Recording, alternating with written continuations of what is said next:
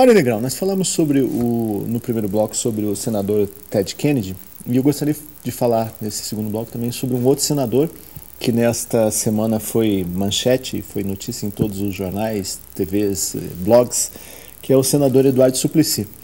Ele teve uma atitude que em outro momento seria até louvável. Ele subiu à tribuna do Senado para dar um cartão vermelho, simbólico para o presidente do Congresso, o senador José Sarney, mas foi de uma forma muito mais histriônica e beirando o ridículo de que qualquer outra coisa pode ter sido.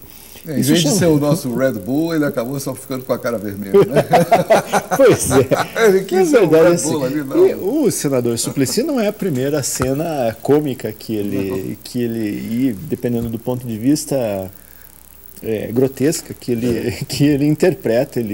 Pouco tempo atrás, no Senado, ele cantou uma música do Cat Stevens, né? Imagine sendo cantada pelo senador Suplicy.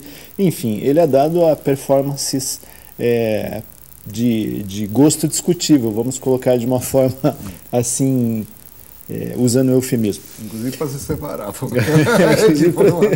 uma coisa estranha. Mas, e aí, eu estou usando isso apenas como gancho para perguntar para você, assim, onde está quando que a pessoa tem aquele dispositivo chamado Semancol? O senso de ridículo da gente, quando que acende a luz amarela? E por que algumas pessoas parece que não acende nunca e também não tem luz vermelha, só tem luz verde? E a pessoa segue em frente, sem medo de ser feliz. Olha, isso é uma coisa muito interessante, que isso reflete, assim, uma coisa muito atual de como que o cérebro funciona. Quer dizer, uma palavra que a gente sempre usa é autoimagem, né? A gente sempre usa a palavra autoimagem, autoestima e todas essas coisas, mas até há pouco tempo não se sabia exatamente o que era isso, né? Isso ficou uma coisa meio metafórica, meio fosfórica, mas agora está ficando bem claro o que é. Né? Que autoimagem seria o seguinte: é um conceito que o indivíduo tem de si mesmo, como todo mundo sabe. Mas o que parece que não é muito conhecido, ou ficou conhecido, é como que esse mecanismo opera. Quer dizer, como que opera a autoimagem.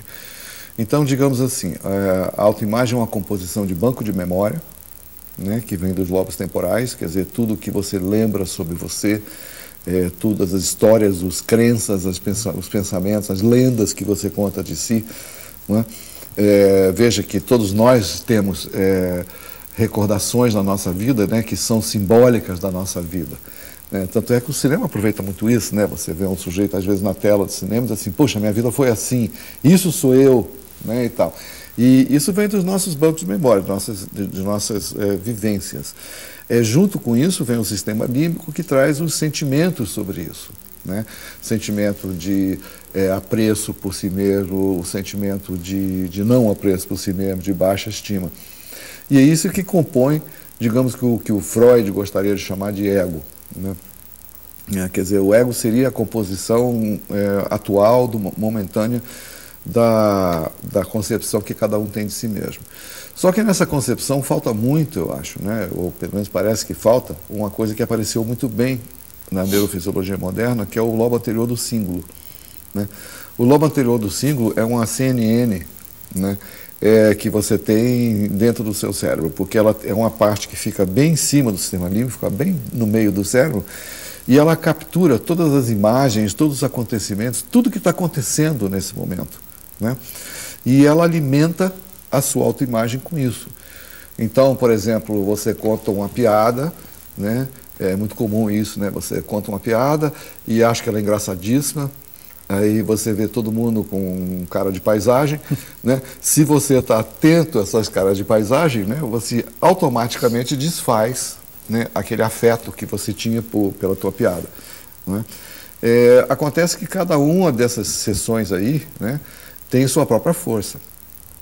Só para completar o raciocínio, a parte da memória, a parte sensorial, quer dizer, a parte que compõe o que a gente colhe do momento, né, e a parte emocional são mandadas por uma região aqui chamada córtex dorsofrontolateral, que eu acho uma coisa absolutamente maravilhosa, que é um quadro negro que você tem, aonde você monta o teu conceito atual das coisas. Né?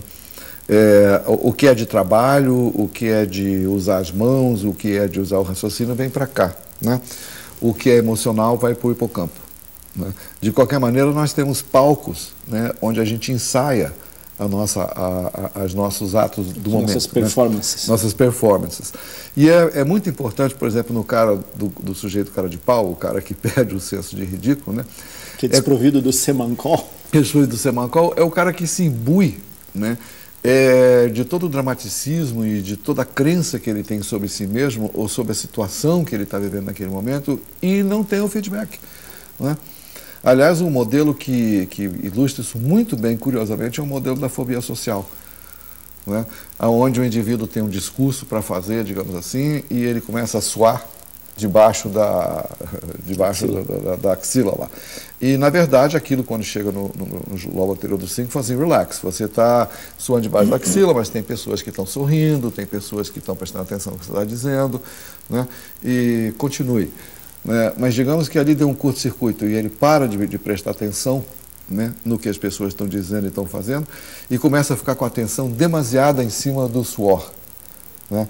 Isso inicia o ciclo da fobia social, quer dizer, ele começa a achar que as pessoas estão prestando atenção no desconforto dele, que estão rindo do desconforto dele, né? E ele fica totalmente sequestrado por esse fragmento de imagem. Eu posso contar uma história muito engraçada da minha vida, onde isso aconteceu de um jeito muito, muito gozado mesmo. Há anos atrás eu mexia com música, né? E eu gostava de cantar. E a gente cantava no meio da rua com uma banda que a gente chamava de Capinha Azul, né? E era muito divertido aquela época do meu vida. Foi uma época muito louca, muito divertida, assim, sabe? De cantar no meio da rua, que é uma experiência inédita, que você é um menestrel, né? Porque, assim, quem gosta de você, fica lá para ouvir. Quem não gosta, vai embora, né?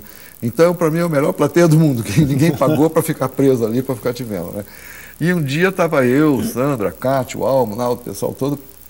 Eu cantava a música country, né? E nós lembro do Capinha Azul. Você lembra do Capinha Azul? Né? E nós estávamos lá cantando. E foi assim, foi um dia que nós levantamos e falamos assim, vamos cantar na Galeria Schaffer, meio-dia.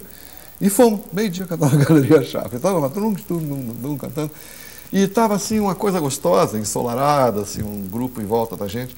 E estavam, sabe, aqueles namoradinhos, abraçadinhos, balançando, curtindo a música. E estava assim, ótimo. E eu estava achando aquilo lindo e todo mundo estava achando aquilo lindo. De repente, né, na orla, aparece uma mulher, que eu nunca mais vou me esquecer dela, que ela fez assim para mim, olhou bem para mim e falou assim, apontou para minha boca, apontou para o ouvido e falou assim, assim para mim, tipo, você canta horrível, você canta péssimo. E eu tive um momento de fobia social, eu parei de cantar. Eu simplesmente paralisei, no meio da música eu paralisei. E eu nunca me esqueço da Cátia, que ela me deu uma cotovelada que doeu, sabe? Me deu uma cotovelada que falou assim, canta para quem gosta. Né? Aí eu falei, é mesmo, né? Vou cantar para quem gosta. Aí eu comecei a olhar para quem estava sorrindo, quem estava curtindo e cantei para eles, né? E ficou bem mais fácil, ficou bem melhor. Quer dizer, na verdade, a ansiedade começa a fazer aquele fenômeno de encurtamento, né? Quanto mais ansioso você fica, é a mesma coisa que está dirigindo num automóvel a alta velocidade, né? Se você começa a dirigir em alta velocidade, o teu campo visual vai diminuindo, até que você vê só o capô do carro, né? E alguns metros na frente. E quando você está dirigindo devagar, você vê as vaquinhas do lado. É a mesma coisa conosco. Quando o elemento ansiedade, né? E você viu que ele estava totalmente ansioso, Suplicy, né? E ele assim, se apaixonou por aquela ideia do cartão vermelho. Deve ter dormido, ficado acordado a noite inteira esperando conhecer. Tanto que depois, quando ele foi cortado pelo senador Heráclito Fortes, ele surtou, né? Ele foi pego de surpresa, porque ele achou que ele estava assim, um Rui Barbosa ali, né? Fazendo uma coisa épica, né? Mas foi muito oportuno que o Heráclito Fortes falou para ele, né? Que ele falou, olha, se banca, rapaz, você entendendo o que você está fazendo aí, você está sendo cúmplice de uma bobagem. Pois é, mas